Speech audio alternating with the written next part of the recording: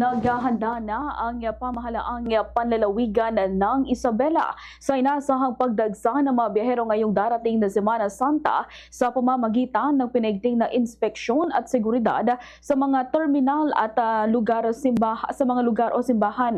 Sa panayam ng Bombo Radyo Kawayan kay Ginoong Kim Agbayani, ang Public Safety Officer ng Lalawigan, sinabi nito na magsisimula na silang umikot mula Lunes hanggang Miyerkules sa iba't ibang terminal at mga tinatawag na public convergence zones upang tiyakin ang kaligtasan ng mga pasahero. Ayon kay Agbayani, makikipagtulungan ang kanilang tanggapan sa iba't ibang ahensya ng pamahalaan kabilang ang Philippine National Police, Highway Patrol Group at Land Transportation Franchising and Regulatory Board o LTFRB upang masiguro ang maayos at ligtas na biyahe ng publiko. Dagdag pa niya, sa Huwebes at Biyernes ay magde-deploy ng dalawang team na hahati sa Northern at Southern Isabela upang inspeksyonin ang mga Police Assistance Desk sa mga simbahan, gayon din ang mga first aid stations ng Bureau of Fire Protection o BFP. Mahigpit ding binigyang diin ng opisyal na tuloy-tuloy ang koordinasyon ng kanilang tanggapan sa mga hepe ng pulisya at kani-kanilang operations unit upang masigurong maayos ang deployment ng mga personnel sa bawat bayan at lungsod. Anya, hindi lamang monitoring ang kanilang ginagawa kundi aktibo rin silang naglilibot sa mga lansangan bilang mga first responder sakaling may mangyaring emergency sa kasagsagan ng Holy Week o tinatawag na SUMVAC.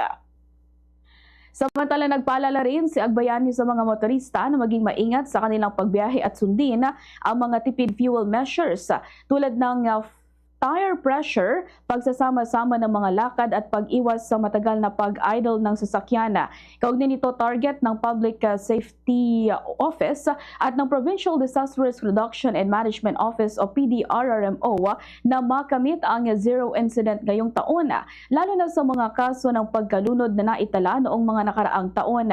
Dahil dito, nakipagpulong na ang PDRRM Council sa mga barangay officials upang tiyakin ang mga delikadong lugar na hindi ligtas paliguan o languyan.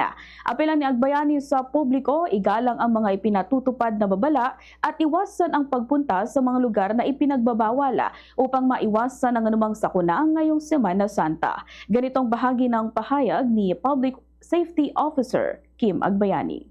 Ikot sa mga terminal.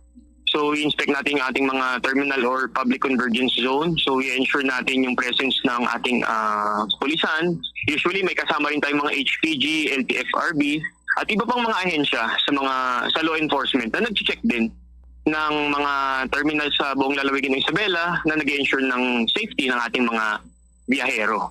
At maliban doon, Thursday and Friday, iikot rin ang team ng Public Safety Office. So, meron na akong binuong team, dalawang team. So, Northern and Southern Isabela para ma-check naman yung ating mga established police assistance desk sa mga